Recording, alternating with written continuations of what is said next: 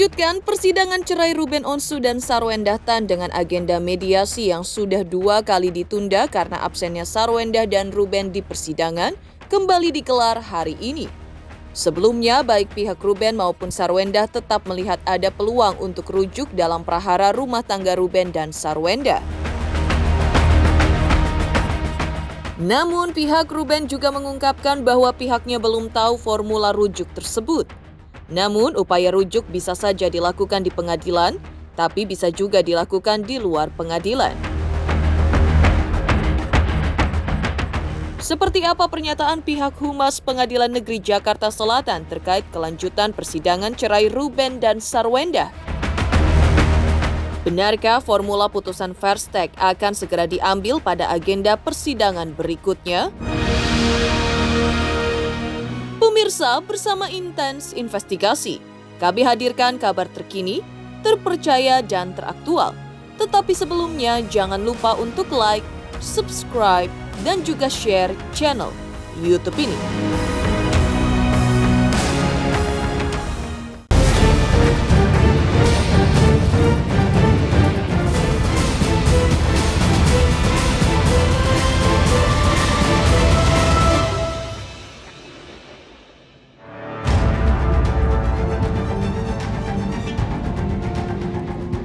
Prahara perceraian Ruben Onsu dan Sarwendah kini masih terus bergulir di Pengadilan Negeri Jakarta Selatan.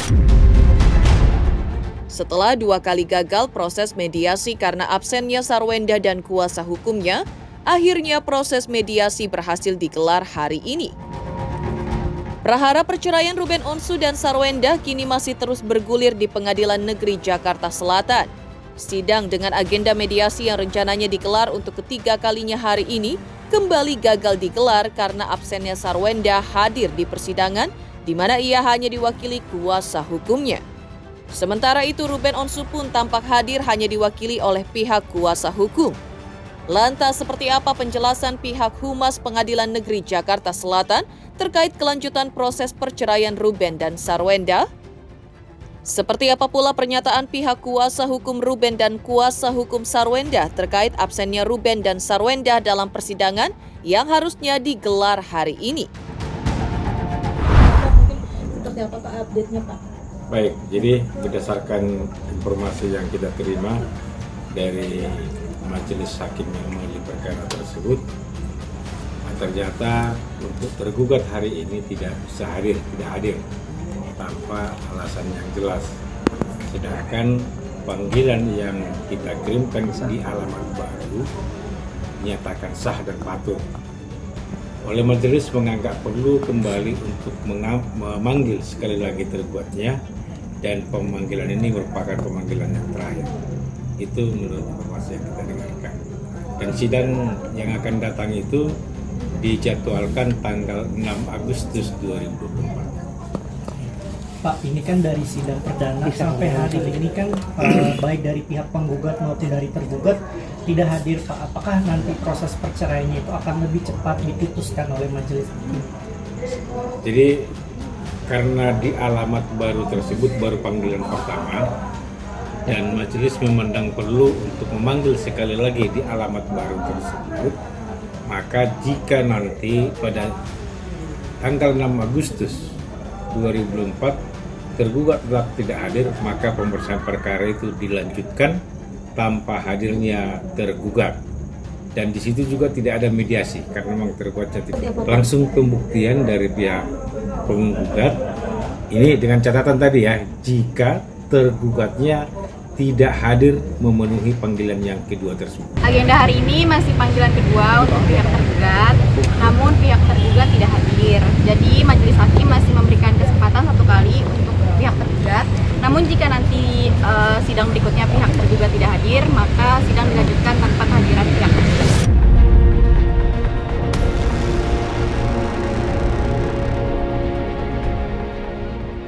Sebelumnya sempat beredar kabar adanya keinginan dari Ruben Onsu dan Sarwendah untuk rujuk di tengah proses perceraian yang bergulir.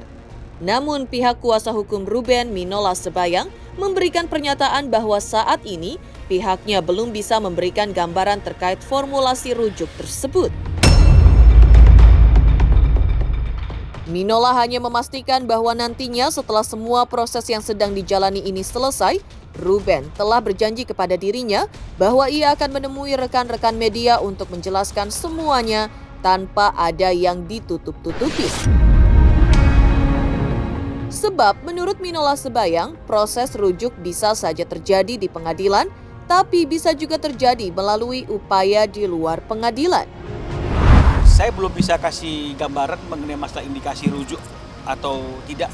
Yang bisa saya sampaikan, kita ikuti dia prosesnya sampai akhir, nanti pasti akan kelihatan apakah rujuk atau tidak rujuk. Nah, jadi belum bisa saya pastikan hari ini. Komunikasi mereka berdua ya sebagaimana layaknya, karena bagaimanapun mereka kan hari ini masih suami istri.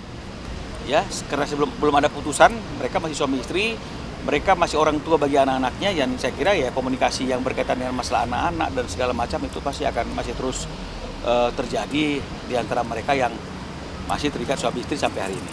Seperti yang kemarin saya sampaikan, pada waktunya setelah proses ini selesai, proses ini berakhir, klien saya berjanji bersama-sama dengan saya itu kemungkinan baru akan menjelaskan kepada teman-teman media semuanya agar tidak terjadi kesimpang siuran informasi, tidak ada orang yang berspekulasi lagi tentang apa yang terjadi, dan kemudian semuanya akan dijelaskan secara terang benderang agar tidak lagi ada pertanyaan-pertanyaan atau spekulasi-spekulasi terkait dengan masalah hal ini.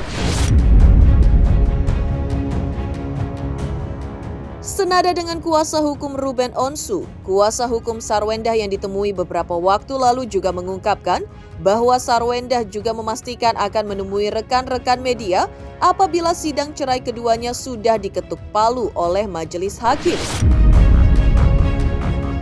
Selain itu, kuasa hukum Sarwendah juga menjelaskan bahwa terkait hak asuh anak dan harta gonogini tidak masuk dalam materi gugatan, sedangkan yang masuk dalam materi gugatan hanyalah perceraian.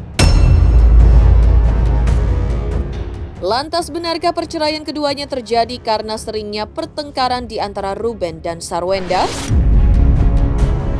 Nanti akan dijelaskan secara detail oleh klien kami pada saat setelah putusan. Kenapa setelah putusan? Karena kemungkinan rujuk masih mungkin, ya.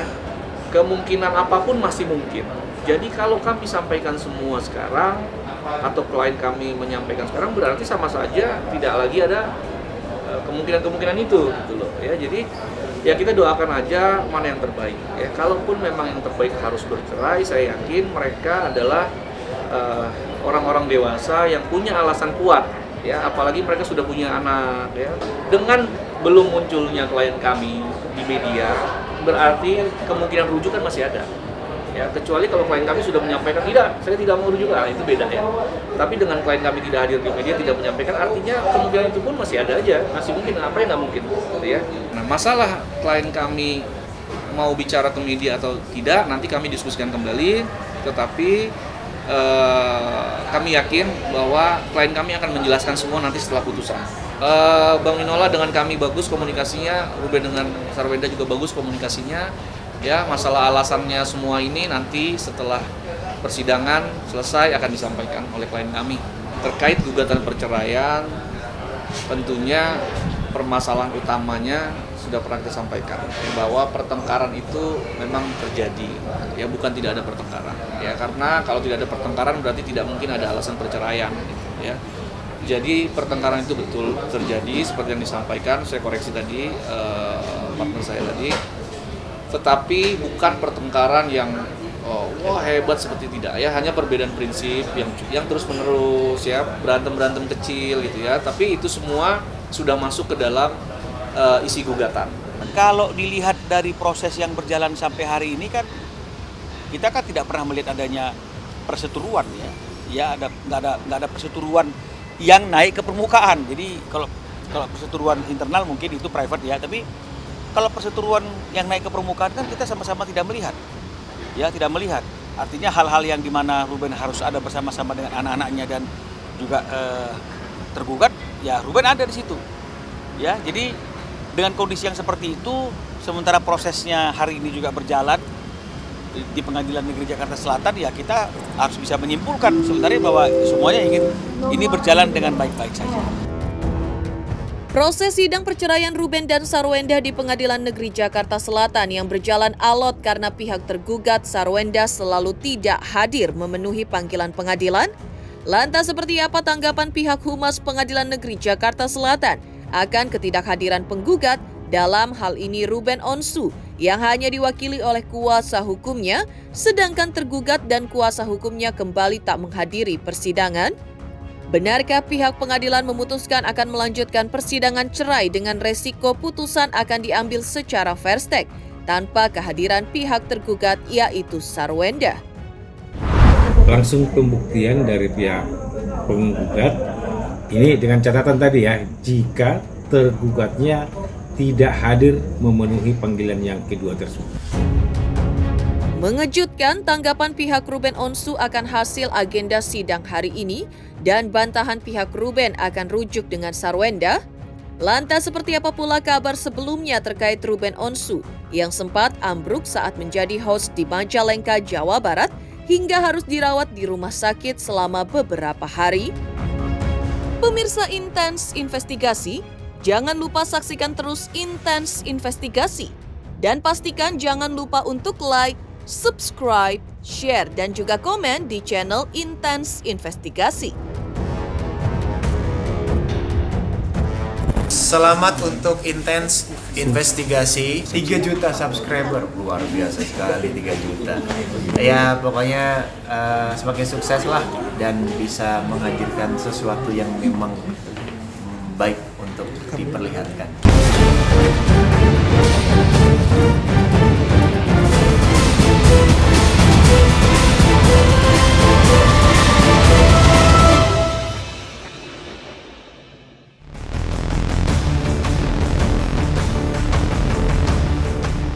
Sebelumnya, ketika prahara perceraian Ruben Onsu dan Sarwenda masih sebatas isu pada bulan Mei lalu, Ruben Onsu tiba-tiba dikabarkan ambruk hingga dilarikan ke salah satu rumah sakit di Majalengka, Jawa Barat pada tanggal 18 Mei 2024. Ketika itu, Ruben dikabarkan jatuh pingsan usai menjadi host di salah satu acara televisi di Majalengka. Namun, kabar tersebut diketahui publik bukan dari Sarwenda, melainkan dari postingan manajer Ruben di akun sosial media pribadi sang manajer, @HeidiHelena, yang memperlihatkan Ruben tengah terbaring tak sadarkan diri dan dimasukkan ke dalam ambulans, kemudian dilarikan ke rumah sakit. Sedih banget loh, kuat ya, selalu sabar dalam diam. Yang disusul emotikon menangis. Please ya Allah, jaga dan lindungi Ruben Onsu. Cep, jangan terus mengorbankan diri sendiri, please. Lanjut sang manajer yang disusul emotikon love. Teman-teman doa iya sebanyak-banyaknya. Tulis manajer Ruben Onsu menutup postingannya di akun sosial media pribadinya @HeidiHelena. Postingan tersebut pun langsung ditanggapi para selebriti dengan nada simpati dan doa, termasuk akun @RaffiNagita1717. Semoga lekas sembuh Ruben Onsu, tulis Raffi dan Nagita pada kolom komentar.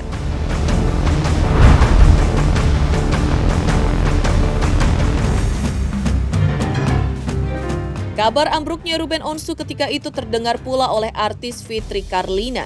Mendengar kabar tersebut, Fitri Karlina mengaku sempat panik dan syok.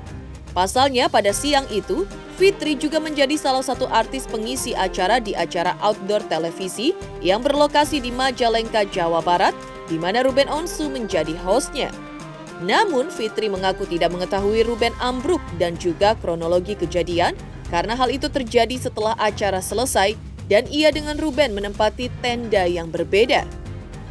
Namun, Fitri Karlina mengaku merasa lega setelah mendapat penjelasan dari pihak penyelenggara jika kondisi Ruben baik-baik saja dan telah ditangani dengan baik oleh petugas medis dari RSUD Majalengka.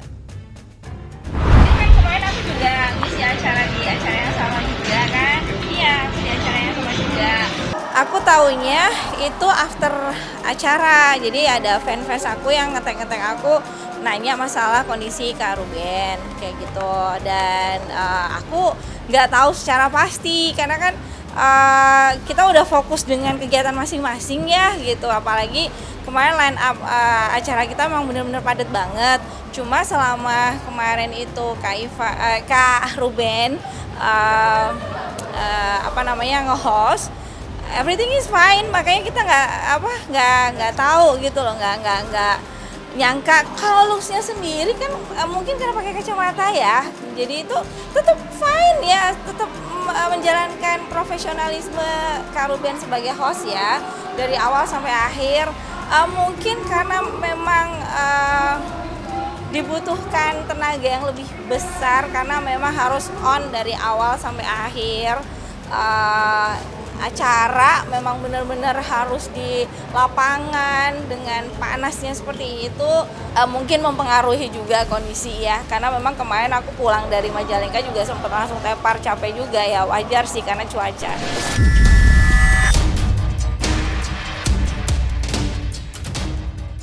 Diinformasikan oleh Sarwendah istrinya, Ruben Onsu yang sempat dirawat di rumah sakit di Majalengka, lalu dipindahkan ke salah satu rumah sakit di Bilangan Menteng, Jakarta untuk melanjutkan perawatan hingga pulih. Sarwendah sembari memboyong anak-anaknya ketika itu bergegas menjenguk Ruben di rumah sakit. Sarwendah mengungkap kondisi Ruben Onsu pasca dijenguknya, mengungkap bahwa sang suami hanya mengalami dehidrasi dan kelelahan. Beberapa hari kemudian, Ruben tampak sehat lagi dan diperbolehkan pulang. Tadi keadaannya sih udah tanya ayah dehidrasi kan ya, dehidrasi, kecapean gitu, terus udah kayak gitu apa gitu tadi bisa mulai makan. Artinya nggak ada penyakit bawaan, ada penyakit yang agak serius gitu. Nah kalau misalnya sopan sih tadi itu semuanya baik-baik aja gitu, jadi ya mungkin kan emang katanya panas banget terus dehidrasi ya wajar lah. Bunda Hari ini sih belum pulang, terus lengkapnya aku nggak tahu, coba ntar konfirmasi ke manajernya sama ke dokternya karena kan yang nungguin, soalnya Jordi juga lagi nungguin cicinya ayah itu lagi masuk ICU malahan dia gitu, jadi benar-benar lagi riuh banget, jadi terima kasih. Doanya pokoknya yang pasti cepat sembuh lah pasti ya. Bye bye. Demikian pemirsa kabar terkini, terpercaya dan teraktual yang kami hadirkan hari ini. Saksikan terus Intens Investigasi setiap hari Senin sampai dengan Jumat tayang 5 kali sehari, pada Sabtu tayang 3 kali sehari, yaitu pada pukul 11 siang, 12 siang, 3 sore, 5 sore, dan 6 sore tentunya hanya di YouTube channel. Dan pastikan jangan lupa untuk like, subscribe, share, dan juga komen channel Intens Investigasi.